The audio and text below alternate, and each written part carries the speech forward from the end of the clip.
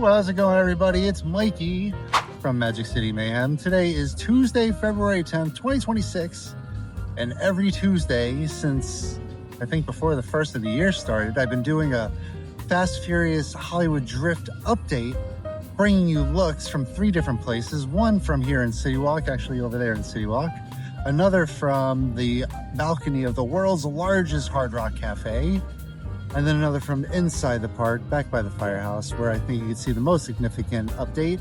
But I say this every week, as soon as these updates start to happen more frequently, because I come here every single day, I don't know if I mentioned that in this video. When I start noticing that the updates happen more frequently, the videos will happen more frequently. But until then, I will post a video every single Tuesday. But if you know of anything specific of what's going on in this building back here, it's kind of in front of the Soundstage 33. Bang the hell out of my hand before. That's why I'm really, anyway. I don't know if this is a queue building, if this is a maintenance building, I don't know. If you think you know, put it down below. And this thing popped up today, whatever that is. So all this is very, very exciting. Business is starting to pick up. Thank you for following. Follow this handle on social for daily updates from in and around the Universal Orlando Resort.